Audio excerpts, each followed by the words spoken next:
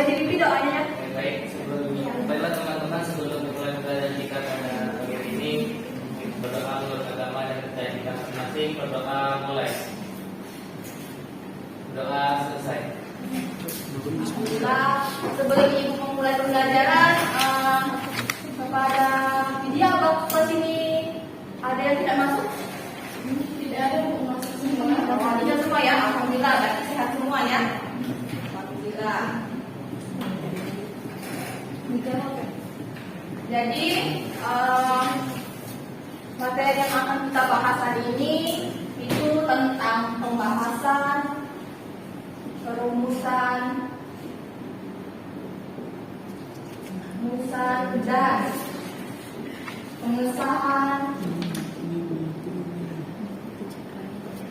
UUD 1945. Coba kalian cari di buku paket kalian, silakan dibuka ya. Ada semua kan buku paketnya? Ada. Oke. Silakan kalian cari, ada di bab 3 ya, tentang perumusan dan pengesahan UUD 1945. Nah, sebelum kita memulai, apakah kalian pernah mendengar atau melihat isi dari pembukaan Undang-Undang Dasar ini? Ayo, pernah? Gimana? Di buku ya isinya ya. Dan juga pada saat kita kegiatan upacara, ya kan? Saat upacara kan ada petugasnya ya. Petugasnya membacakan Undang-Undang Dasar kan? Nah, disitulah isi dari undang-undang ini.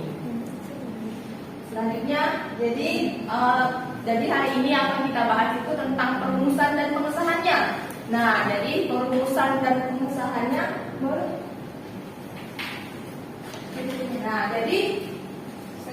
jadi perumusan Undang-Undang Dasar Republik Indonesia tahun 1945 ini yang dibentuk semenjak BPUPKI. Jadi sebelumnya ini BPUPKI ini dibubarkan lalu dilanjutkan oleh BPKI. Nah, lalu sebelum dibubarkan BPUPKI ini, dia menyampaikan gagasan dasar negara. Jadi gagasan dasar negara ini yang kita sebut sebagai apa sekarang? Yang tahu? Tidak ada yang tahu ya? Ya, Pancasila. Jadi lalu BPUPKI ini membuat panitia 9, yang mana panitia 9 itu diketuai oleh Sutomo. Pada tanggal 13 Juli panitia 9 ini dibentuk untuk merumuskan pembukaan undang-undang. Perumusan ini dibentuk dan dijadikan Piagam Jakarta. Jadi Piagam Jakarta ini akan dijadikan sebagai pembukaan undang-undang. Nah, pada sidang tanggal 14 Juli, BPUPKI ini mengadakan sidang yang berbeda tentang pembicaraan tentang pernyataan kemerdekaan panitia rancangan undang-undang, yang mana dihasilkan dari pasal-pasal rancangan undang-undang ini berjumlah 42 pasal, termasuk 5 pasal aturan peralihan dengan keadaan perang, serta 1 pasal tambahan. Terus pada sidang tanggal 15/15/45 yang dilanjutkan dengan acara pembahasan rancangan undang-undang dasar yang diketuai oleh Soekarno. Nah, pada tanggal 16 Juli ini UUD 1945 ini BPUPKI telah selesai tugasnya. Jadi BPUPKI telah selesai tugasnya, lalu dia dibubarkan dan dilanjutkan oleh BPKI. Ada yang tahu panjang BPKI? Ayo, apa panjang BPKI? Panitia Kesejahteraan Kemerdekaan Indonesia. Pasti tahu semua ya? Tidak? Nah, jadi tugas BPKI ini membesarkan dan memerdekakan Indonesia. Jadi dibubarkan oleh BPKI, dibentuklah BPKI sehingga pada tanggal 17 Agustus Soekarno memproklamasikan kemerdekaan Indonesia. Jadi tanggal 17/9 kita hari kemerdekaan. Nah, itu sehingga ketiga PPKI ini selanjutnya kan undang-undangnya belum disahkan nih, tapi yang kita sudah dimerdekakan negara kita. Nah, PPKI ini melakukan sidang pada tanggal 18 yang dihasilkan beberapa penilaian perubahan pembukaan undang-undang. Nah, ada 4 perubahan yang disepakati, yaitu 1, kata makadima diganti dengan kata pembukaan. 2, sisa pertama yaitu ketuhanan dengan kewajiban menjalankan syariat Islam bagi pemeluk-pemeluknya diganti dengan ketuhanan yang Maha Esa. Nah, yang ketiga, perubahan pasal 60D yang berbunyi presiden ialah orang Indonesia asli beragama Islam menjadi presiden ialah orang Indonesia asli. Yang keempat, pasal 28 UUD yang berbunyi negara berdasarkan atas ketuhanan dengan kewajiban menjalankan syariat Islam bagi pemeluk-pemeluknya diganti menjadi pasal 29 yang berbunyi negara berdasar atas ketuhanan yang Maha Esa. Nah, setelah PPKI ini melakukan sidang di tanggal 18 itu, mereka mempunyai hasil keputusan yang mana ada 3 keputusannya. Ialah dia mengesahkan UUD, dan sebelumnya pada tanggal 17 itu baru mereka mengadakan kemerdekaannya. Nah, jadi mereka mengesahkan UUD. Nah, selanjutnya mereka menetapkan Soekarno sebagai presiden dan Muhammad Hatta sebagai wakil presiden Republik Indonesia. Dan yang ketiga, membentuklah Komite Nasional Indonesia Ketat. Baiklah, dari penjelasan Ibu, apakah ada yang ingin ditanyakan? Tidak ada ya? Baiklah, kalau tidak ada, silakan kalian membuat kelompok yang terdiri dari yang dibagi menjadi 2 kelompok. Yang pertama kelompok 1 dari barisan 1, 2 ini kelompok 1, untuk kelompok 2 dari Joshua barisan 3 dan 4 untuk kelompok 2. Tugas kalian silakan analisis jika negara Indonesia ini tidak memiliki undang-undang, bagaimana kan? Nah, ini soalnya silakan kalian kerjakan.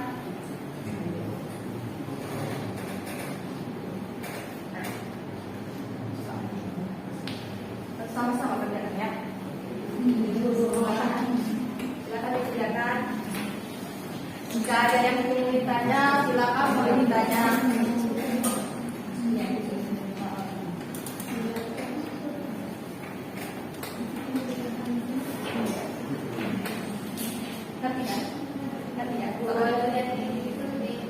Boleh, tapi jangan langsung reply.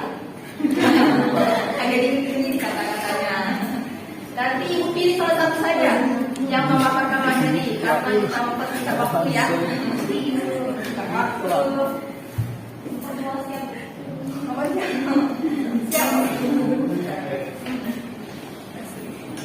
Sudah boleh dikumpulkan ke depan. Ayo.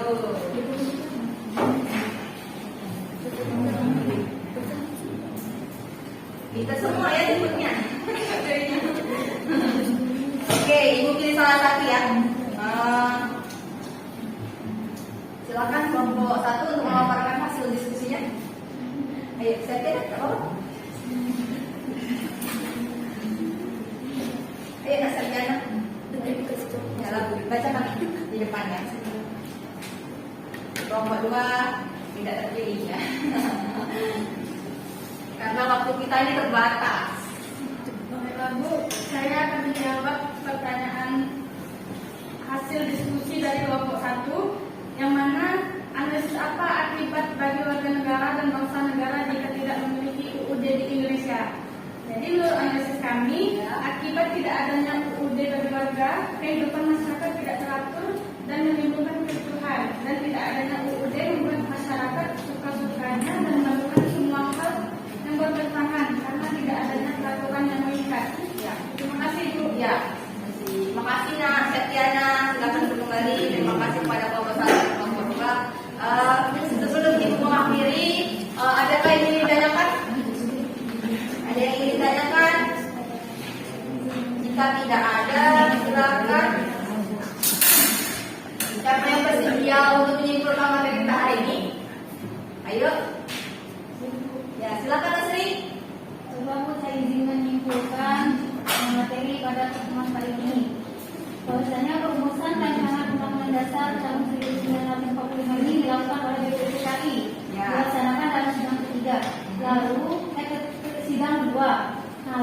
PPK ini membantu panitia 3 atau panitia kecil untuk membahas dan mempersiapkan perumusan undang-undang dasar.